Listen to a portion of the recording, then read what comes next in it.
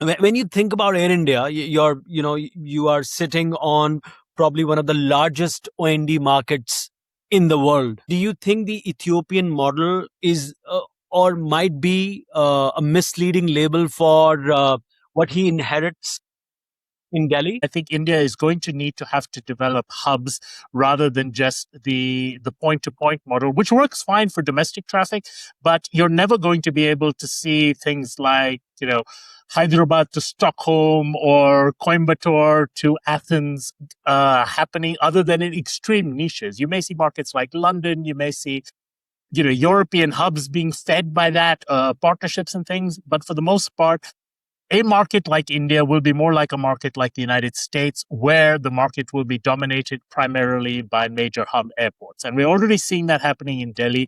We probably will see that happening in Mumbai. Which of the two airports will develop that way, we shall see.